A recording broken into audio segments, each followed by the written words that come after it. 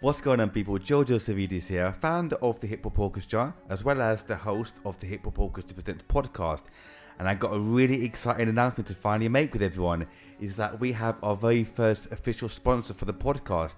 Now, they are an amazing company called Odin's Vote, who are extremely dedicated in bringing you the very best in officially licensed merchandise from pop culture.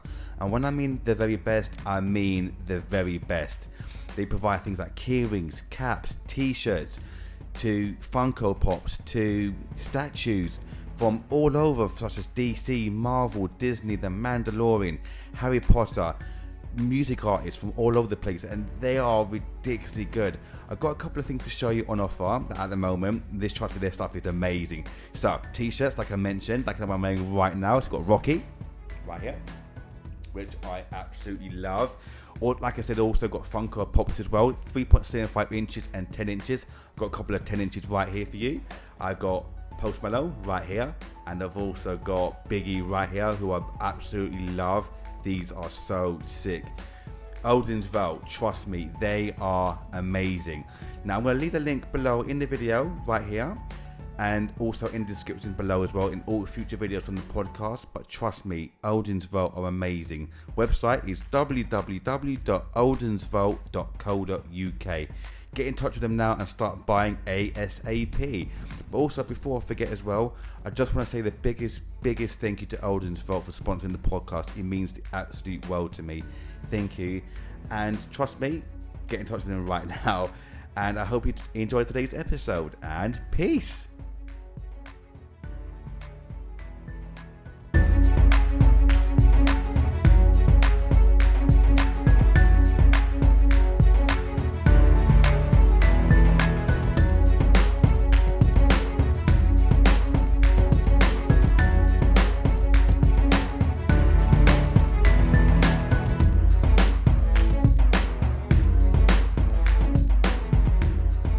What's going on, people? Welcome to another brand new episode of the podcast. And today we're joined by an absolutely amazing musician today, Mr. Adam Goldsmith. How are you, sir? You okay?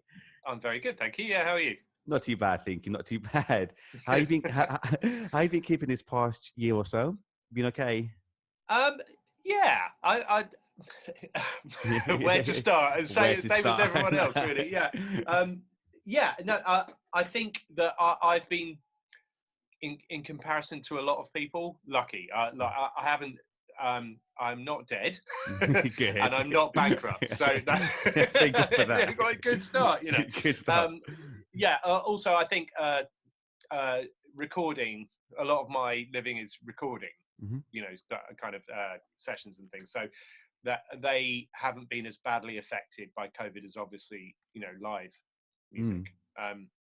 I really miss the live music, obviously, as everyone does. Of course. But yeah, it's been okay. You know, my wife's got a proper job, so you know, that's good. Been a lot of homeschooling. So. Oh, really? What does your wife do? She's a doctor. Oh, she's a doctor. Wow. She's a doctor. Yeah. Wow. So she's been busy.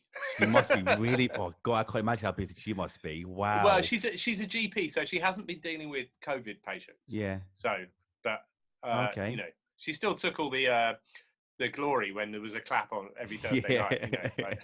Yeah. I mean, how did she do it? Was she still going into the offices, or how does she work? Was she working from home? There was a lot of working from home at the start. If you remember, you know, kind of this time last year when we had the full lockdown, like obviously there was no music industry, there was nothing, was there? You know, it's very strange. All we had was nice weather, and she was working from home. She was doing like the 111 calls, those kind of things, you know. So, it's been an interesting year, but it's been okay. Yeah, good. But when was the last time you actually performed? Actually, we were saying before the podcast. When was the last time you actually performed or had the chance to? You mean in front of an audience? Yeah, just in front of, just in general, really. Well, I did a couple of TV shows last week. There's no audience there, so, and I was at, you know, had a thing for Disney at Abbey Road a couple of days ago. So I've been working, but in front of an audience. Oh, actually, I know when it was. My friend Craig Wilde did a live stream he's a trumpet player, and he runs a Maynard Ferguson tribute big band. Nice. And we did a live stream from Ronnie Scott's. So brilliant. I think yeah, again, there wasn't an audience. I Yeah. can't think the last time I did a gig in front of anybody. It's Yeah, been a maybe. while. Yeah, it has been a while. Yeah, we did some at Ronnie Scott's with a lady called Cassidy Jansen. She's a singer. She's fantastic. She was like a West End lead. She was. I met her. She was the lead in Beautiful, the Carole King musical. Oh, wow. And we sort of. She took the band from that musical, which I was in, and she does some live gigs here and there. And we did a few gigs at Ronnie's. Must have been. You remember everything briefly opened up last year, maybe October or November. Yeah. Somewhere around there. We did some gigs then, so that was, it's been a long time. Oh, wow. I mean, as it has for everybody. Exactly. I mean, what was that like to actually perform again for the first time? But obviously in a different sort of scenario. Yeah. It was amazing. I think that, and a lot of musicians I've spoken to sort of say the same thing. I think we realise how much we love it, as well, and how much actually performing in front of people. I mean, I love recording. I've always wanted to be a studio musician in some capacity, but I don't think there's anything quite like playing in front of people and getting the vibe. Of course. So yeah, it was amazing. I'm definitely going to appreciate it more. Definitely. When we go back, I might moan a bit less. You never know. Because I after the first couple of weeks, go back to moaning again. First couple of days, yeah. But it's like same for the podcast, weren't we? That last time we performed, my orchestra was December 18th, actually, 2019. Really? Yeah. Right. Yeah. And that was. When you kind of take, or at the time anyway, you kind of take things for granted, don't you? Where things are going so well, and you're performing really well, and things are on a really real high, but then suddenly everything just dropped, didn't it? And then everything just disappeared. We were heartbroken. Yeah, it was really difficult. The thing I noticed the most, which musicians were experiencing, was that sort of, I don't know if you had it, it was almost like a loss of identity. If you because so much of your life is based around music and what you do. Yeah. When everything first stopped, it was kind of, who am I? Yeah. I'm the bloke who cleans his own toilet and looks after kids. That's it. Well, not that there's anything wrong with that, but you know what I mean. It was so yeah, that was interesting. Yeah, I mean, for yourself, because you do so many different things, you're a session musician, obviously record as well, and you do a million different things. I mean, did you find that first kind of transition, going from doing so much to kind of being not stuck, but kind of having to kind of refocus on different things? How do you find it? It was very hard at first. I mean, I think in retrospect, there might have been a lot of good things that have come out of it. That I realised that there's certain gigs that I don't want to do anymore, and certain gigs that I really do want to do. Which I would appreciate more. But yeah, it was it was very difficult. That was hard. But again, I'm reticent to moan too much because, in the grand scheme of a global pandemic, my ego is a pretty small part of that, and how I dealt with not being, so busy. So yeah, it was difficult, but I am reticent to moan too much. I'll moan a little bit. I did. I mean, I felt that I don't want to go into some sort of political rant because I'm, not going to do that anyway. But no, I'm not going to do that. I'm not really that interested. But at first, I felt there were a lot of things I didn't, after kind of 25 years of paying quite a lot of tax, didn't get any help. Yeah, and a lot of people I know who are self-employed musicians didn't get any help either. So that was a bit, of course, thanks. Yeah. and then they put the taxes up, and corporation tax has gone up, and then also it wasn't ideal. It wasn't ideal. That situation was a bit annoying, but it's fine. Yeah. And here we are. Yeah, and you're keeping okay now as well. You still be with. Yeah, I'm pretty happy. Yeah, I'm pretty happy. I've had some good. I did a TV show for ITV last week. And I've been, like I think I mentioned this before, I've been doing some stuff for Disney. So yeah, it's okay. I'm sort of pretty busy at the moment. I'm looking forward to June when everything, hopefully starts again. Exactly. Are you allowed to say what TV show it was that you did last week? Yeah, I think so. I don't know. Oh, you don't Maybe know? not. It's Okay, yeah, okay, it's fair just enough, a yeah. light. Yeah, I don't know if I'm. No, I know what the TV show was. I Yeah, of don't know course. if I'm. Yeah. I We'll didn't have a leave it then. blindfold on. Yeah. Yeah. Yeah. It's an ITV thing with Alan Carr. I Okay. don't know. To be honest, I don't know when it's out or when I'm allowed to say. We were just a house band. Oh, fair enough. Yeah, it's your typical kind of ITV light entertainment. Oh, nice, nice.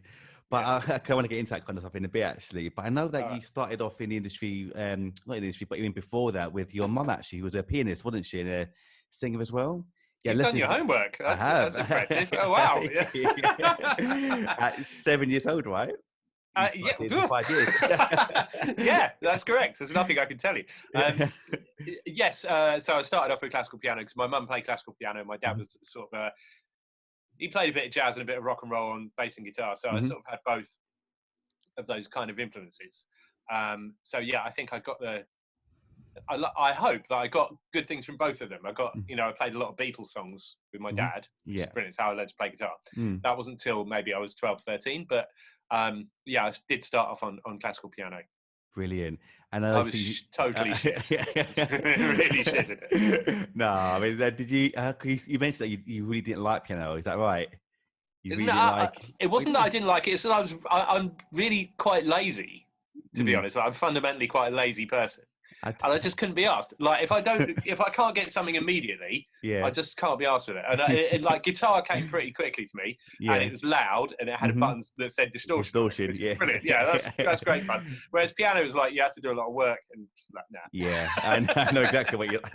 Obviously, I play piano myself as well. I don't know exactly what it's like, but Yeah, did your dad teach you for quite a while as well? Did he help you out with a lot of yeah, he things? taught me a few chords. Yeah, definitely. Yeah, Nice. but I think it's with a lot of guitar players, it's kind of like you listen to records, not records, there were tapes, I guess. Then you listen to the bands that you're into, Yeah. and you learn the songs by ear. Mm. So he taught me a few of the basic chords, sort of the open position chords, Yeah. and yeah, and then it sort of went from there. I was listening to a lot of heavier music, like Megadeth and Metallica and all those kind of bands. I really was into that, but at the same time, I was into, which might be within your orchestra, like early hip hop and stuff as well. Nice. So I remember the first two tapes that I bought. Well, I didn't buy them; my mum bought them for me. I remember I was at primary school. I got them on the same day. It was Iron Maiden, Somewhere in Time, Yep. and Run DMC, Raising Hell. Nice. On the same day, I was like, and basically, that's as good as it's ever got. That's amazing, though. I know, yeah. But to this day, though, are they some of your favorite albums to work and listen to? I mean, I'm not necessarily those particular ones, but Yeah, I would certainly listen to both of them now. yeah. And with the Beatles as well, still a Beatles fan to this day as well. Yeah. Oh, yeah. I mean, how can you not be? Definitely. I don't understand. I don't understand people who don't like the Beatles. I just don't get them. We're never going to be friends. And did you study classical guitar at Birmingham as well? Is that what you studied? Yeah. Yeah, I did. I mean, technically, I have a degree in classical music, but I don't really know that much about it, to be honest. Like, I was going down to Nijo every weekend as the National Youth Jazz Orchestra. Yeah. I was traveling down on Saturdays. I was doing that band then. So, yeah, I do technically have a degree in classical music, but I wouldn't say I really know anything about it, to be honest. I didn't really do much work. I was already out working, like doing gigs and stuff. I did quite a lot of hanging out and going to the pub. I didn't. Yeah. So I wouldn't call myself an expert on classical music. Oh, fair enough. At all. How long were you with the jazz orchestra for? I don't know. It's a good question. Must be 5 years. 5 years. Something like that. Nice. Yeah, a good amount of time. I loved it. That was my music college. I think I learnt more there than I did anywhere else. Yeah, I hear that a lot actually. Where certain things like that, you just learn so much more, don't you? You seem to go into a conservatoire or something like that. You learn actually just by doing it.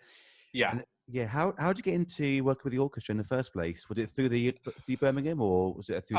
It was through. I used to live with a guy in my student house, a guy called Dave Foster, who is he was the National Youth Jazz Orchestra bass player. Okay.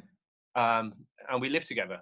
And he said, "Why don't you come and do it?" And I mean, the thing is, it was a well-known kind of pathway into being a studio musician, really, you do your local youth jazz orchestra, which was the Berkshire Youth Jazz Orchestra for me, which was really brilliant. We played lots of music by Kenny Wheeler and, those kind of ECM artists, which is amazing. And then it was a well-known sort of path. If that's the area of music you wanted to go into, then you'd go through Nijo as well. So I knew about it. I'd been to see them live, and then Dave kind of hooked me up with Bill Ashton, who was the guy that was running it. But it was also, I think these days, because of the way the world is, there's quite, they get Arts Council funding. I think there's quite like a process that you have to go through. So you have to audition, and then you have to, it's quite formal. But then you just sort of turned up, and if you were good enough, they were said, "Do you want to do the gigs?" So that was it. Nice. Yeah, Brilliant. it wasn't. Yeah. Yeah, and did you just perform in, say, like 1 or 2 venues, or did you tour with it as well? All over the country. Oh, all brilliant. over the country. We went to Cyprus. Wow. I had a brilliant time. It was amazing. It was completely brilliant. And the people that I was in that band with, I still work with them now. Oh, really? Yeah. Did you made your band as well? Are some of those members from there as part of your band as well, or my band? Yeah. Oh no, I mean my band's not really. That's more of a. It's like a hobby. Okay. To be honest, it's just we just done some gigs on the side here and there. That was just so I could go and because at the time I wanted to do more live stuff, and I was just getting booked. I'm not complaining, but just getting booked for sessions and TV and that sort of stuff. I wasn't doing as many gigs. I wanted to play in bars basically because it's really good fun. I wanted to turn my amp up and play loud in bars rather than sitting in the studio being scared. Oh, what? Yeah. So that's why I did that, and it's not. There's nothing grand about it. I wrote some original stuff, but there's a lot of Schofield and Larry Carlton and tunes as well. And the people in that band, actually, the only person that I've known for a really long time is Simon Allen, who played sax. Yeah. And we were at school together, like school. From when we were 11 or 12 or something. He's amazing. He's a real jazz musician. I just don't go. And then Ian Thomas, who is quite a bit older than me on drums, and Steve Pearce. They're kind of the same generation. They're maybe 10, 15 years older than me. And so no, we weren't in the band at the same time. They're just friends. Okay. Are you still doing anything together at the moment with your band? No. Okay. There's nothing to do, is there? It's true, yeah. No gigs. So no, not at the moment. I'm sort of, if all goes according to plan, pretty booked up from June for another year. Oh, brilliant. Fantastic. And you met, fingers crossed for you, definitely. And you mentioned, obviously, that's how you became a sort of session musician through the orchestra. And would you say that's kind of your best route into being a session musician through the orchestra? What if somebody wanted to be a session musician today? Yeah, or anywhere. Or just your route? It's honestly, it's so different. I mean, I'm not that old. I'll be 44 in a couple of weeks. But happy birthday! Thank you. It's so different now. Like you've got the internet, so obviously here we are. Yeah, hello. Which now there's the whole sort of marketing yourself on social media, that kind of thing, which doesn't really appeal to me. I try it because I feel like I should do, and then I don't really get anywhere. Yeah. And then I feel embarrassed that I've put something on there, and then I don't get it. I'm not cut out for it. Feel, am I being attention seeking? Should I do it? Am I supposed to? It's just like a bit of a nightmare. So it was very different then. It was kind of like you just answered the phone. And also with the advent of the internet has come home recording, and also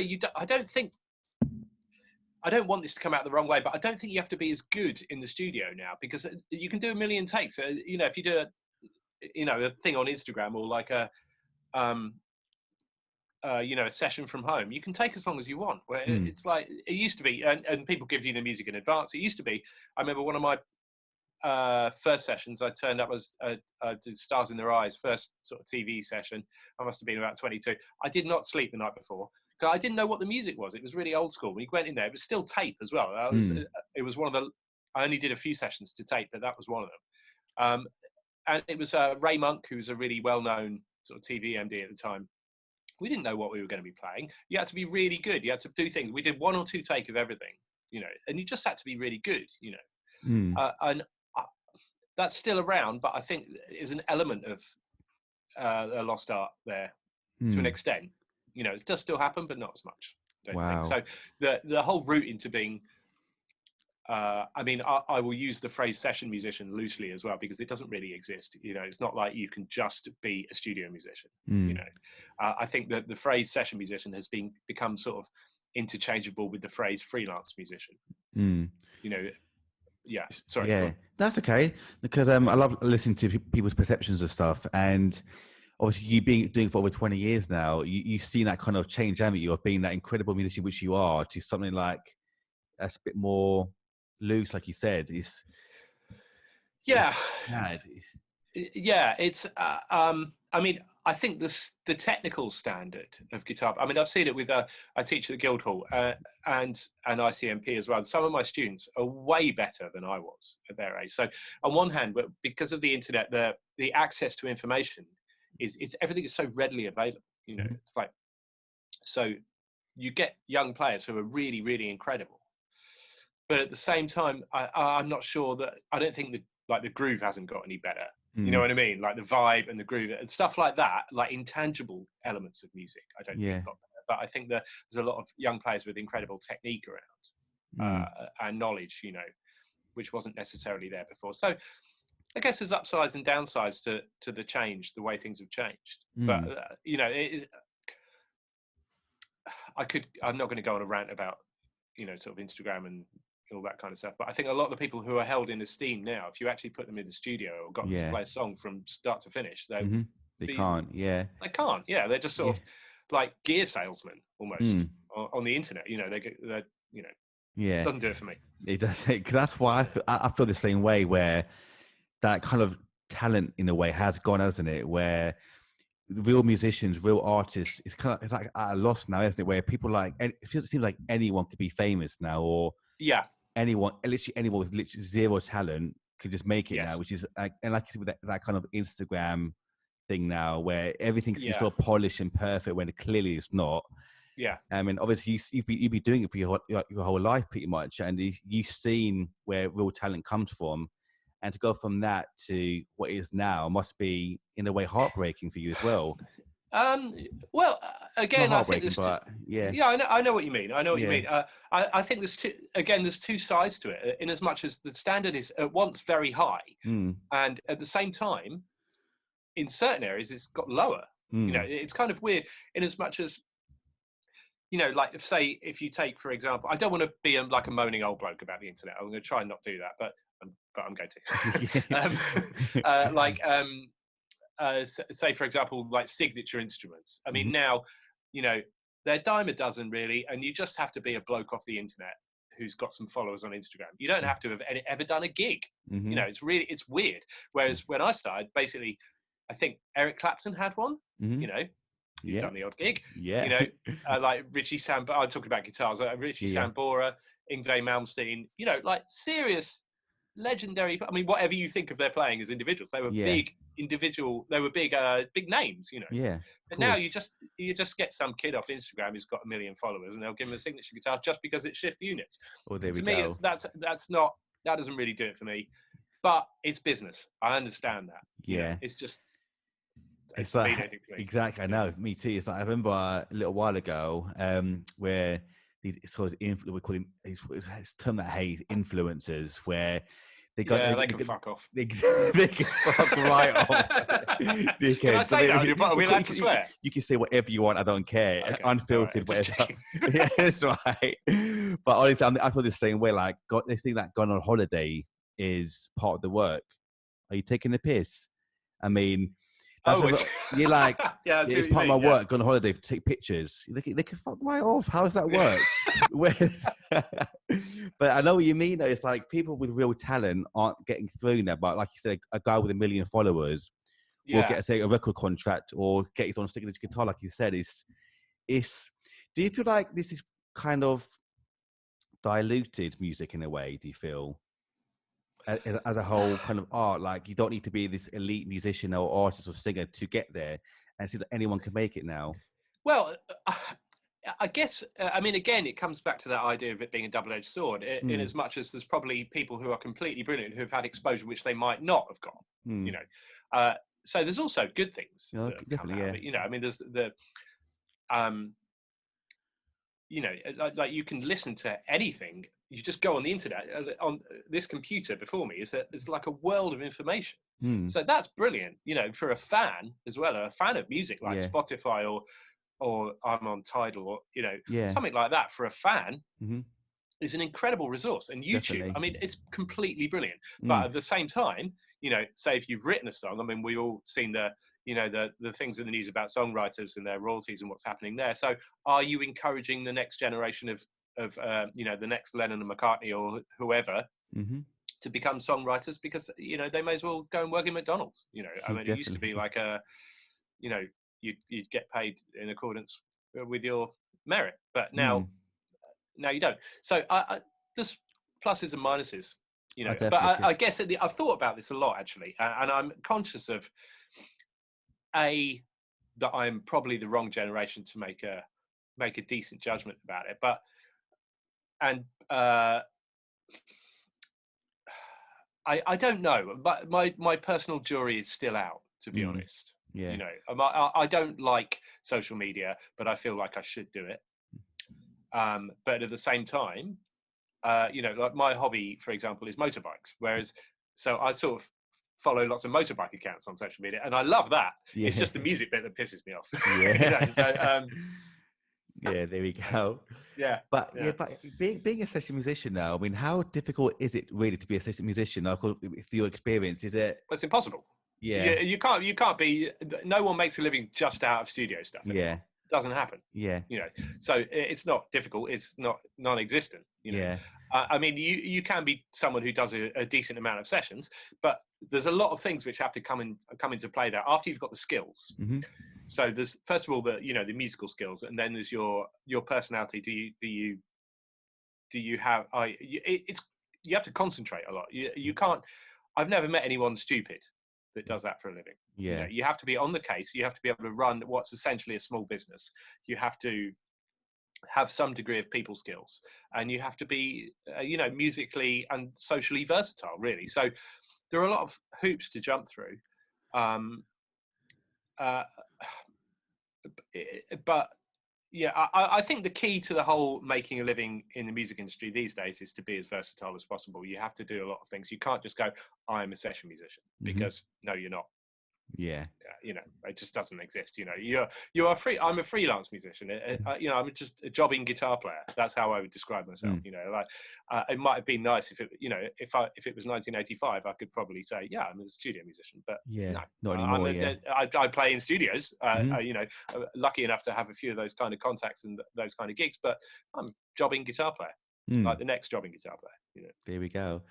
And you've, like, over the years, you've worked on some like major films and TV programs, and with artists as well. I mean, when you got those gigs, how did that work out? Did you have an agent yourself, or was it through a contact of yours, or did you apply for the position? How did you get those? Just picked up the phone. Just picked up the phone. That's the problem with trying to plot a career path on this. I mean, there's so much luck involved as well. Of course. After you've got the skills, and it sort of comes back to your earlier question, in as much as I couldn't tell somebody who is, you know, sort of 21 years old how to do it now, because the fact is that it's totally different.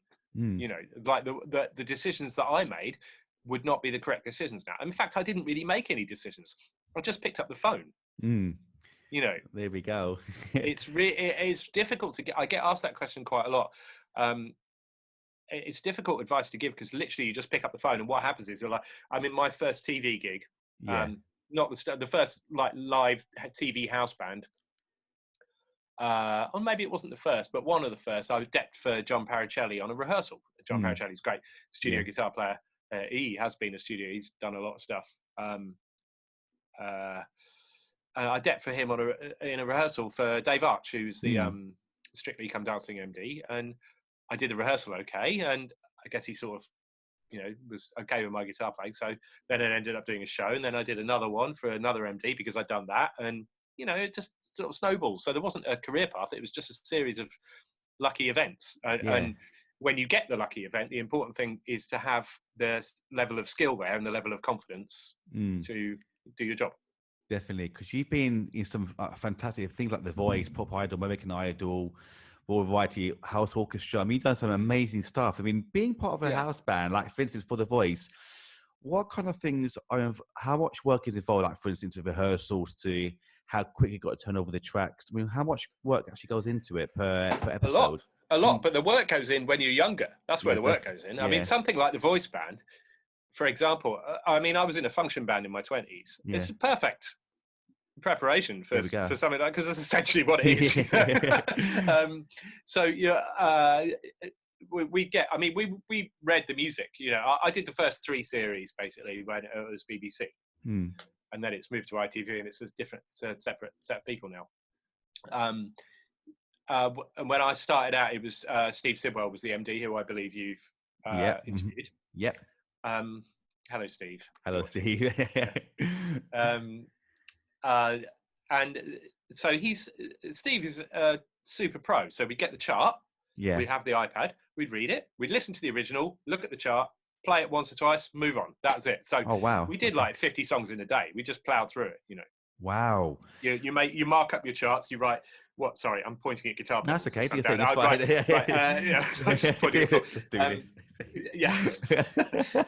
So you'd sort of I'd write which distortion pedal I was using, which delay. I'd write my settings in the chart. You know, we used Fourscore, a program called Fourscore, and it was all linked up to Dropbox. It's quite a common way of doing things. And then when you come back to the chart, when you had to play it, when you had to play it on the TV, you'd made good enough notes that you know exactly what to do. So everything has to be bulletproof, basically. If you're not going to play it very many times, so the clicks in, so 2-bar click or whatever it is, or 3/4 or whatever. What pedals I'm using, what guitar I'm using, I'd mark in what pickup I'm using. Any hints that I need, it's got to be like a bulletproof chart, basically. Because if you only played it once or twice, and then there's a 2-day gap during which you've played another 200 songs or something, you're not going to remember it. That's not going to happen. So, well, I'm not anyway. So you have to have a bulletproof chart in front of you, because if someone's pointing a TV camera at you, it doesn't get easier. It gets it's hard. Yeah, of course. Even if you've got to play an E minor chord on live TV, it's still hard. Yeah, definitely.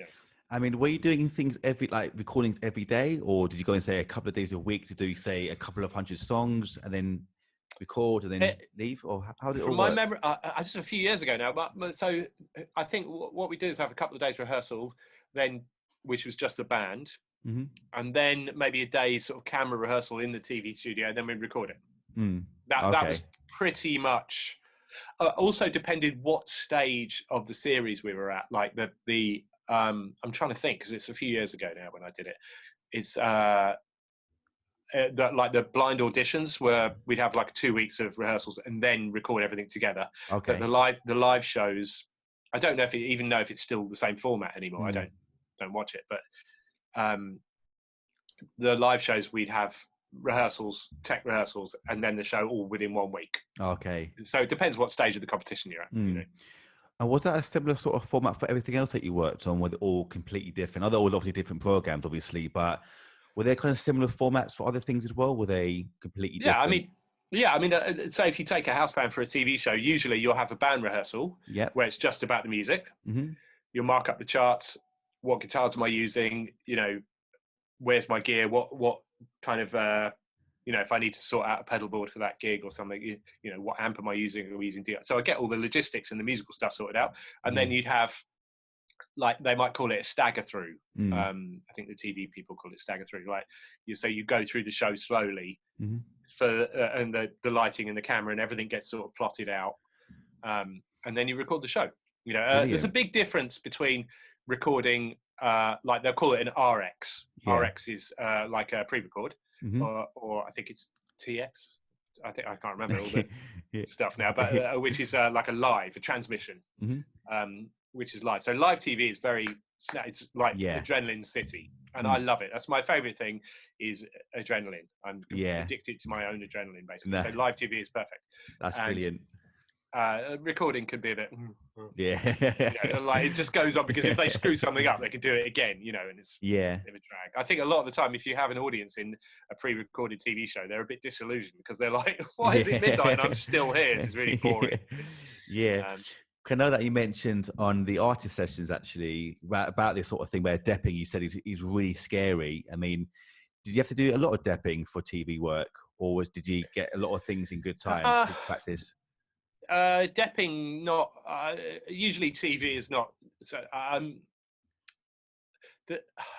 So depping on a gig where everyone's played, I think it's different. So if I'm depping, say I haven't done it in a while, but done a couple of deps on Strictly Come Dancing over the years. So, but the music is fresh every week. So you might be depping for the guy whose chair it is, but everyone in the band is in the same position with regards to whether they've seen the music or not before, which they haven't.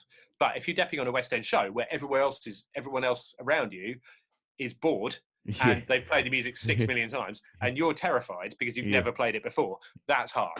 I think depping on, I've probably said this before, I think depping on a West End show is possibly the most difficult thing I've ever done. It's terrifying.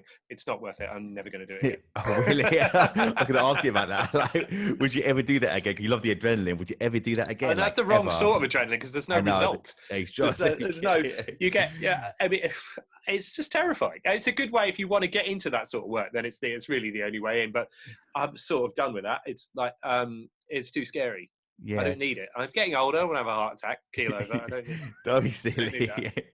You've done some amazing ones. You've done like things like Billy Elliot, Wicked, Hairspray, Legally Blonde. I mean, what was it? Obviously, you find it really scary, but apart from the scariness, how did you find it in general, though? Did you enjoy them? I love them, yeah. It's not scary when it's your chair. Yeah. Because you're playing the same thing every night. It's great. I like the feeling of having a job. That's what I enjoyed about it. I like the camaraderie. Yeah. It's basically all about the people in the band. Yeah. You know, if you've got your mates in the band, then it's brilliant. Yeah.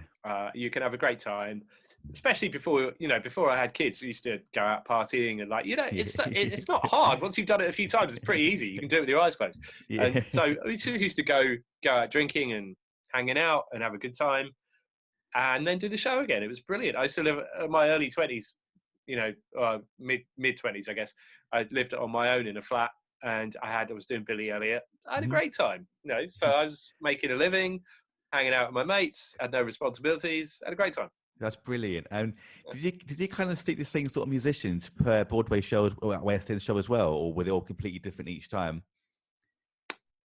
You see a lot of similar people. Yeah. You do see a lot of the same people. Again, it's very different these days. Like, it used to be. Like now they just want someone, not all there are various fixers, people who organise the bands for West End shows. And there's a couple that do a lot of them. And really the criteria seem to be that you just are there a lot and you just say yes to everything. That's basically the criteria. Yeah. You're not allowed to have too much of a personality or anything like that. I think it's all a bit. Yeah. It used to be quite, when I first started doing it, there was, there were the generation before me, there were a lot of characters, a lot of really brilliant musicians and a lot of characters, but there doesn't seem to be that so much anymore. It's almost like a factory, which, yeah. I mean, I understand don't get me wrong, there's still a lot of great musicians doing it, but it's the atmosphere is very different. It's not as much fun. Yeah. I don't think, anyway. Yeah. I mean, being part of those West End shows as well, I mean, how much, obviously a lot of work. I mean, how long did you have to work on each show? And how long were you there on each show as well? For a few months or about a year or two? The longest I've ever done was the Carole King musical, Beautiful. Yeah. That was about 2 years. I would have stayed there because that was brilliant. It was a great band. We had loads of fun. It was Neil Wilkinson was a drummer, Steve Pearce was a bass player, my friend Jeff Leach, Adam Dennis, good keyboard players. It was a great horn section. Yeah, it was brilliant. That was a lot of fun. I would have stayed there, to be honest. So some of the others I sort of had enough, but that beautiful. Sorry. Perfect timing. What was that? Was that my phone? Must be it's my mum. Sorry, mum. Let me turn that off. Do your thing, it's fine. Forgotten about it. Some of them. Yeah, Beautiful was brilliant. I would have done that again. Brilliant. That was great. And did you have many weeks to rehearse for those sort of shows? That was literally no. You usually get about 2 days. Oh wow. Yeah, no, you don't get. They're not going to pay you to rehearse. Yeah. Right. So, like you said, it's about what you do beforehand, isn't it? What you put in beforehand. Yeah. Yeah. So literally, like what, a couple of days just to do, like what, say, like an hour, hour and a half, 2 hour show. And then... you get 2 days worth of band calls usually, and then you move into the pit. So the band calls are just, similar to TV, where it's just the band. You're sorting out your gear, sorting out the charts, you're going through the music, where it's just the music element, and then you'll move into the pit. Yep. And you'll get seated. You'll have a sound check or something, and then you might have a couple of days of run-throughs with the cast. Yeah. And then you're off. Yeah. There we go. It doesn't take long. Yeah. Yeah. What's it like to work in the pit? Is it quite claustrophobic, or is it bigger than you think it is? Well, they're all different. Yeah. They're all different. Depends on the people. Yeah. I don't have a problem with it. I always liked it. I always liked it. Yeah. Because obviously we can't obviously see it, but I've always wondered how it actually works for the musicians who are actually in that pit to do the work. I mean, if you found it all right, then that's perfectly fine. Then. Well, I'm so used to it. I mean, listen, at the end of the day, it's just playing guitar, isn't it? It's not like I'm in an actual mining pit. Yeah. It's not hard work, is it? It's not, sure. I'm not like I don't know, like working on a building site or something. So yeah, it's fine. Nice.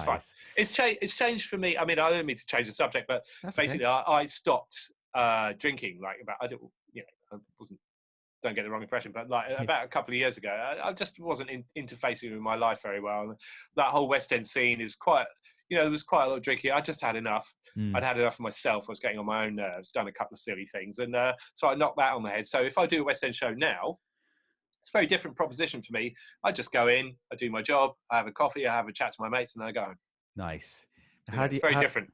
Yeah. How do you feel now since you stopped the drinking? Do you feel better? I feel great. Yeah, I feel really great. Brilliant. I think people prefer me. Yeah. So yeah, I just got healthier. Like you get a bit. Oh, you're not there yet. You will get there. You get a bit older.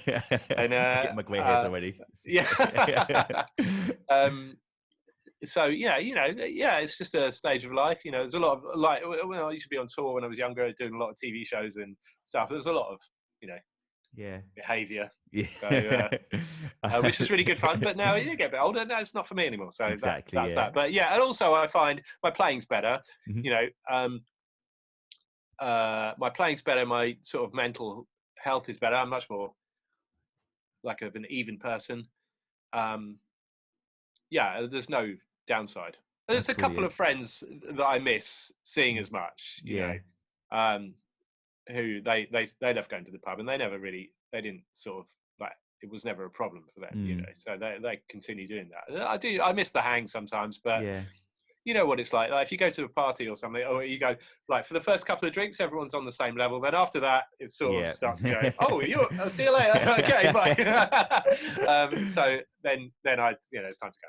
Yeah, cause I've never been the drinking type myself, so to see everyone else drinking like heavy as well, obviously I've been in that world as well, and obviously not on your level, but I've always seen that musicians drinking heavily, and I've always felt like kind of uncomfortable sometimes. So I see everyone else drinking, but I've always been alright. So well, good for you, man. I mean, that's brilliant.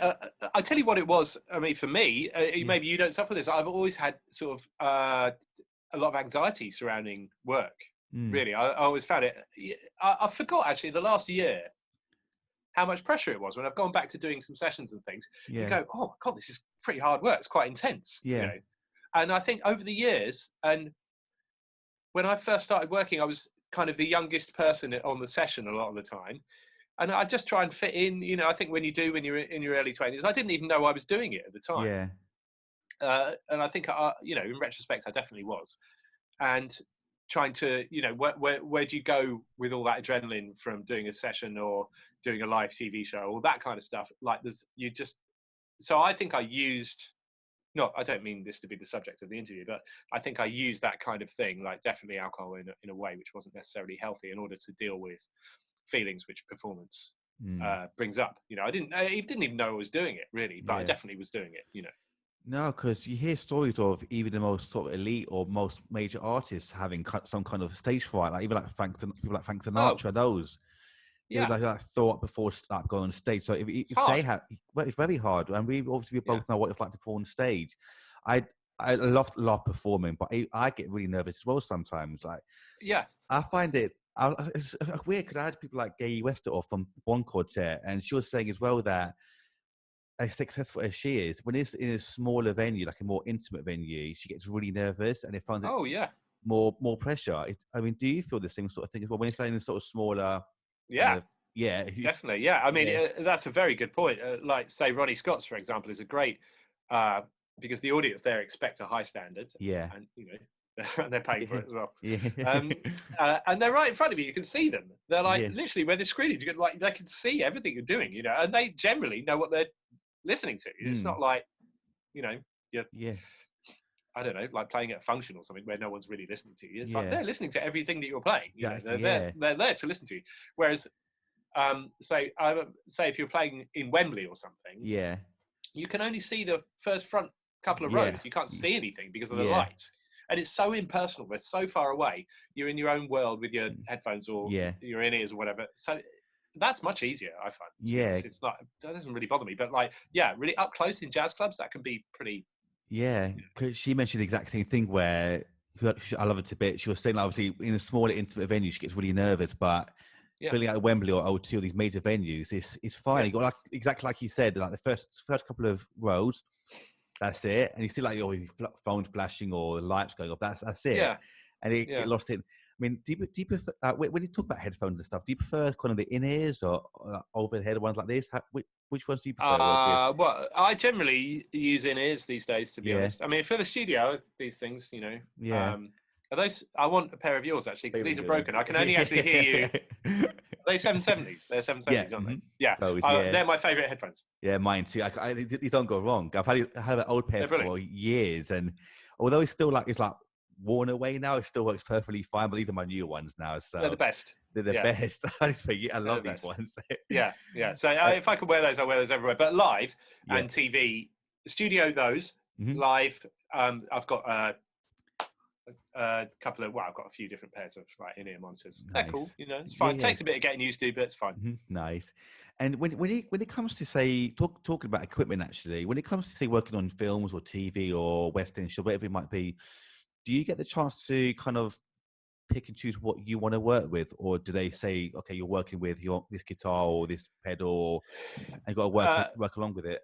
It's a bit of both, really. Usually, say a lot of the film stuff is fixed by there's a lady called Isabel Griffiths who has a company who fixes a lot of the films. And what usually happens is you'll get an email off her company, somebody who works for her usually, and it will say,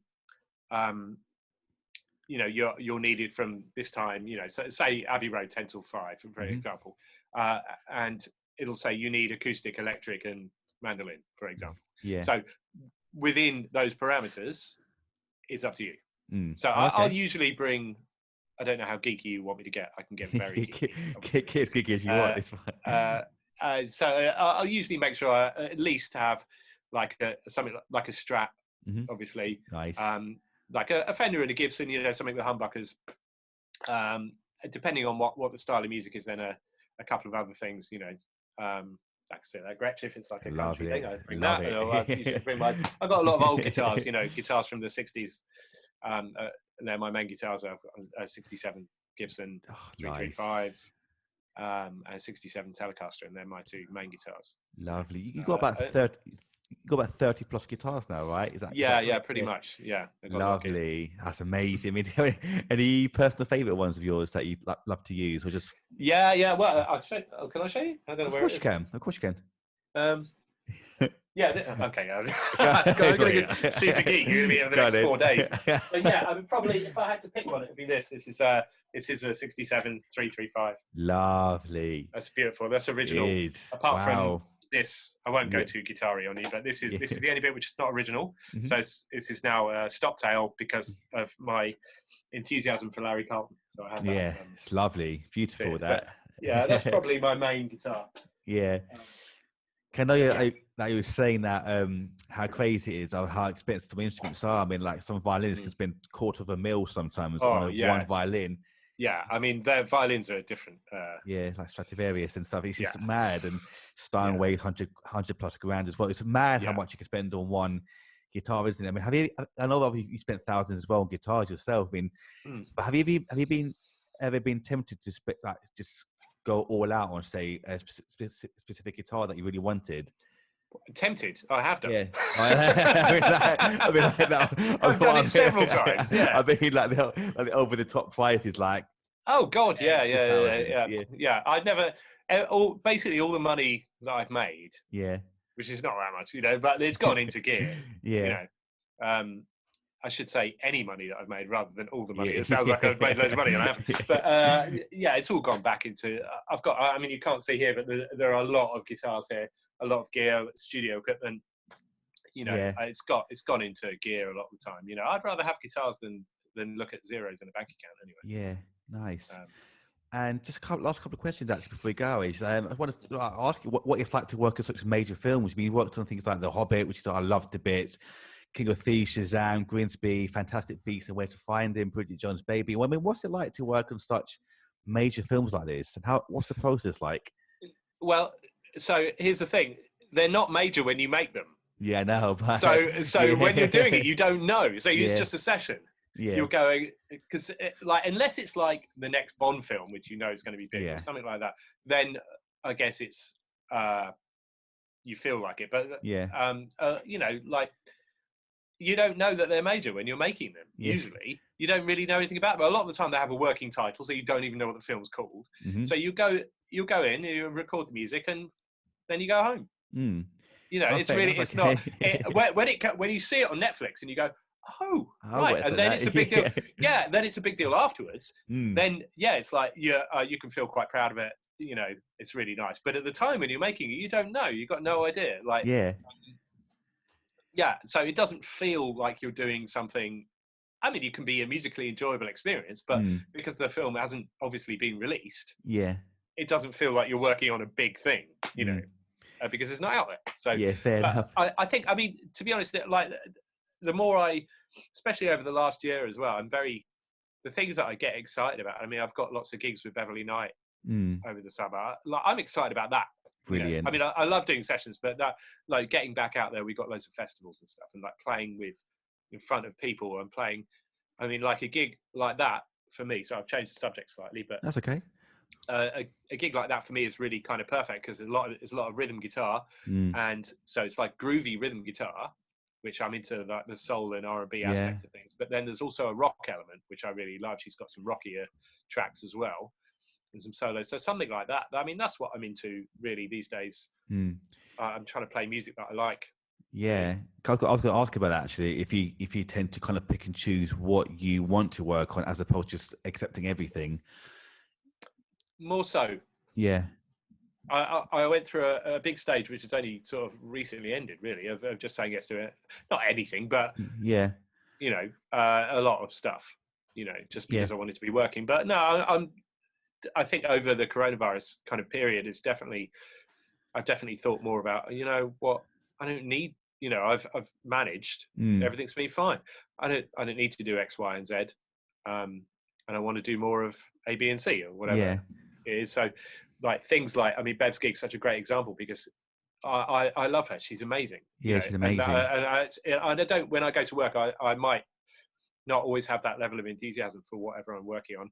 And I want to, do more of the stuff which I really mean, of course. rather than just go, I mean, I'm super happy if someone phones me for a jingle or something. That's great. And I do really appreciate it. But it's not, it's just be nice to go, oh, I'm playing music that I really mean.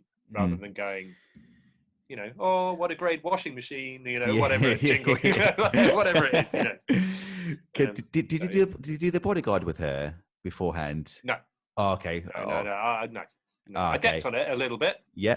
That was a chap called Hugh Davis, a very nice guitar player. It was his gig. I went in it a little bit for him, but yeah. But I've known us. I did an orchestral.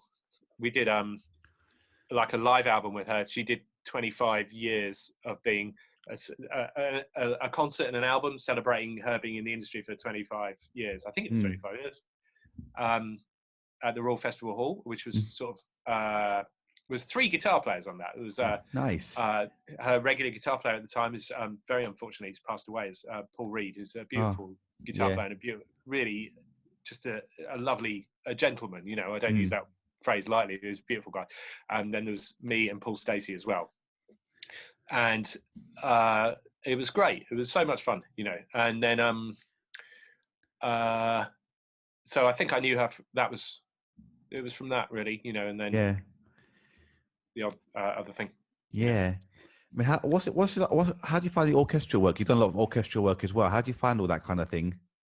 It's a real pleasure to play with an orchestra. Yeah. It's amazing. I mean, one of the things that got me into the idea of being a professional musician, I remember we went to hear the school trip to hear the Royal Philharmonic in rehearsal when I was about 15 or 16 or something. And they were playing Mars from the Planets, Holst, the Planet Suite. And it sounded like heavy metal to me. I was like, this is brilliant. It's like amazing orchestral sound, but it's heavy metal as well. This is perfect. And I thought, I'd love to be in an orchestra, but I play guitar, so there's zero chance. But actually there was a chance. Well, there we go. You get to do it. So yeah, I love it. I love it. That's amazing. I've sat in some heavy orchestras, like BBC Symphony, London Symphony, people like that. And it's really, those people are musicians. They're serious they are, really are. You put written stuff in front of those string sections. Yeah, it's done. Exactly. I had on the podcast actually a while ago, Stephen Bryan, actually, who's the lead violinist of the BBC Symphony Orchestra. Yeah, just to hear those fantastic, who's a super lovely guy as well. The orchestras are just fantastic, and whenever I hear them, I'm a huge film soundtrack fan and games as well. That's something I've always wanted to get into, and just to hear them live as well. I've gone from say like a video or soundtrack to actually hearing it live in front of you. It always hits me emotionally as well, and I mean, just to playing them as well is amazing, isn't it? To play in the orchestra. Oh, it's what a sound! It's brilliant, and also it's an education for a rhythm section player as well, whereby, so if you have a conductor and they count 3, 4, and then you're in, you think that you play on the 1. As a rhythm section player, you go 3, 4, 1, like that. But you don't. You go, because they all wait. Like, I don't know why. It's just the way it is. They all wait. It's like a wave that comes out from the conductor all the way through the orchestra. It's like 3, 4. Like this. So but they all know exactly when it's supposed to be done. So the first few times you do it, you go clang, and they all look at you like you're an idiot. So that's really an art as a rhythm section player, getting used to following classical conductors. And getting used to following different types of conductors as well. Conductors in front of an orchestra who come from a more, say maybe come from commercial side of things or Western shows or whatever. It's more for a rhythm section player, a little bit more predictable. And the more classical they get, the less you understand. I mean, even though they're brilliant, I mean, I'm not blaming them, I'm blaming me. I did a season at the Royal Opera House for a Mark Anthony Turnage opera. Nice. Which is like really difficult avant-garde opera. I don't know if avant-garde's even the right phrase, but it's modern opera. It was an opera about Anna Nicole Smith. Okay, I know that one. Right. Yeah. Okay. So obviously, the Royal Opera House is pretty prestigious. Their orchestra is serious. They know what they're doing, right? Of course. And as me, the rhythm section was me, Lawrence Cottle, and Ian Thomas. Lawrence Cottle, the bass player, Ian Thomas, drummer. They're amazing. And we're like. Me and Yanto, the drummer, we just look at each other going, "Where's 1? Where are we?" Right, constantly, what's going on? I mean, we sort of got away with it, But I kept. Well, it was more me asking him actually. To be fair, I was, what's going on? It's Antonio Papano. I think. Apologies if I've got his name wrong, but it was a few years ago, and he's obviously a very well thought of conductor. But for me, it was difficult because I'm not trained to follow. He's the real deal. I'm not. But he was very accommodating, and we got there. But it's an interesting thing for a pop rock rhythm section player to be in that world. Yeah, talk about that kind of going back to what you said earlier about like it sounded like heavy metal to you. Did you ever watch the Metallica one, S&M? They performed their tracks with the live orchestra. What do you think of that? I can tell you didn't like it. No, I didn't like it. I thought it was okay. I did watch it. I didn't think. There's 2, wasn't there? There's 1 year ago, which I absolutely love. The second one wasn't that good, but I didn't think the arrangements were as good as they could have been. I've got to be honest. I mean, I'm probably. I feel difficult saying this because I don't want to slag off anyone's arrangement, but I just thought that it wasn't. I heard a lot more opportunities in there. Not that I'm a string arranger, but I just thought it was a bit of an opportunity missed. I didn't think that the flavours added were really It didn't do anything for me, to be honest. And I thought it took the aggression away from Metallica and didn't add anything from the beauty of an orchestra. I just thought it was a bit of a middle ground fudge. That was kind of my least. I love Metallica. Yeah. I will always love them. Same. I didn't love that. Oh, fair enough. 'Cause I was going to ask you, actually, I might actually want one more question, actually, but I can ask you a million more, especially with the film stuff. But as a musician as well, do you, and on recordings and so forth, do you ever get the chance to have a say in, say, arrangements or the mixing side of things or a bit of everything? No. Okay, that answers my question. Next question. No, not really. I mean, I'm being blunt for fun, but like you get a say in your guitar part. You're welcome to say, not so much with films. I think, say if I was going to play like a classical guitar line on a film, it's probably written. I'll just shut up and play guitar, as the phrase goes. But if it's like a pop record, I might say, let's try this. So you get a rhythm section amount of input, but in terms of the whole arrangement, it's not really. It depends who you're working for. Yeah. If you know someone very well, then maybe you could say, what about this idea? But I generally try and stay in my lane. Yeah.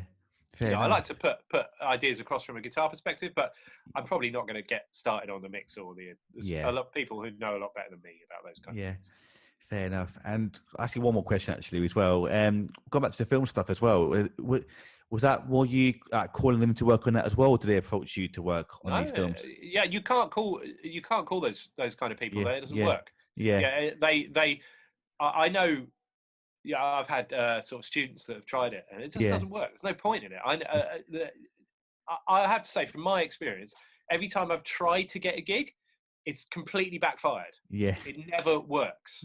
Like, I haven't tried it that much because I'm not from the generation that asked for gigs. Now it's quite commonplace for people to go, "Oh, I can do that." It's fine. It's just the way the world is. I'm not making a judgment. Well, I probably am making a judgment. It's never worked. Anytime I've gone, I'd like to do that. Yeah, it's never worked. So they've always gone, seriously? Don't think so, mate. Really? It's never gone well. Yeah, it's never gone well. And every time I've gone, like, I've just tried to do my best and just chill out, it's gone well. And so I've noticed if I try and sort of, I'm going to sound like a hippie, like force the universe in one direction, it just doesn't work. It doesn't work in my experience. If I just go with the flow and let everything kind of happen and let things end up where they should be, in the natural scheme of things, then it works well. But you can't phone up film fixers and say, "Can you book me?" That's not going to happen, because why should they take your word for it? A, they've got people who've been working for them for ages, and B, it's very expensive, to hire out a studio like Abbey Road or Air, and while they're paying that amount of money, they want the job done. They don't want to give. There's no reason to give someone a chance. You're not going, "Oh, he's nice, and let's get him." It doesn't work like that. It's a business. It's a serious business. A lot of money. So that won't work. If enough musicians who the fixer or whoever it is, the composer, the producer, respects, say this person will be good, then that's the way you get in. You don't get in by writing letters and sending emails or something. Fair enough. Makes complete sense. But you know what? I'm going to leave it right there, actually, because that's a really great way to finish the podcast. But I want to say thank you so much for today. I really loved talking to you today. Thank you so much. It's a pleasure. Well, thank you for asking. I appreciate it. My pleasure.